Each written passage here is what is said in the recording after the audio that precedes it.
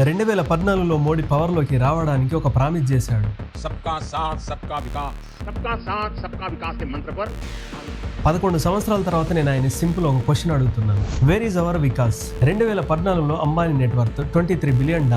మోదీ వచ్చాక ఆయన net worth $105 billion, అంటే 350% కన్నా ఎక్కువే పెరిగింది. ఇంకా అదాని విషయానికి వస్తే 2014లో $6 to 7 బిలియన్. మోదీ వచ్చాక ఆయన నెట్వర్త్ $92 బిలియన్, అంటే 900 to 1000% పెరిగింది. 2014 తర్వాత అదాని అంబానీ ఏం కావాలంటే అది ఇచ్చాడు Modi. Power plants, ports, airports, coal blocks, cement factories, telecom, data centres, renewable energy, ప్రతి సెక్టర్ ప్రతి ఎసెట్ వాళ్ళకి ఇచ్చాడు మోడీ. బీజేపీకి బినామీ అనొచ్చు ఈ ఇద్దరిని. వాళ్ళ కోసం రూల్స్ చేంజ్ చేస్తాడు, రెగ్యులేషన్స్ తీసేస్తాడు. రీసెంట్ గా వచ్చిన గ్లోబల్ ఇన్ ఈక్వాలిటీ రిపోర్ట్ కూడా ఇదే చెప్తుంది. ఇండియన్ ఎకానమీలో అసమానతలు ఎక్కువయ్యాయి. 146 కోట్ల ఇండియన్స్ లో 1% మాత్రమే ఇండియన్ కంట్రోల్ చేస్తున్నారు, అంటే 1% మాత్రమే రియల్ పార్ట్ ఆఫ్ వికాస్. మిగిలిన వాళ్ళకి అవే అప్పులు, అవే ఈఎంఐలు, అవే ట్యాక్సులు. ఎందుకంటే అదాని అంబానీ లాగా మనం కోట్ల కోట్లు బీజేపీకి ఫండింగ్ చేయలేం కదా.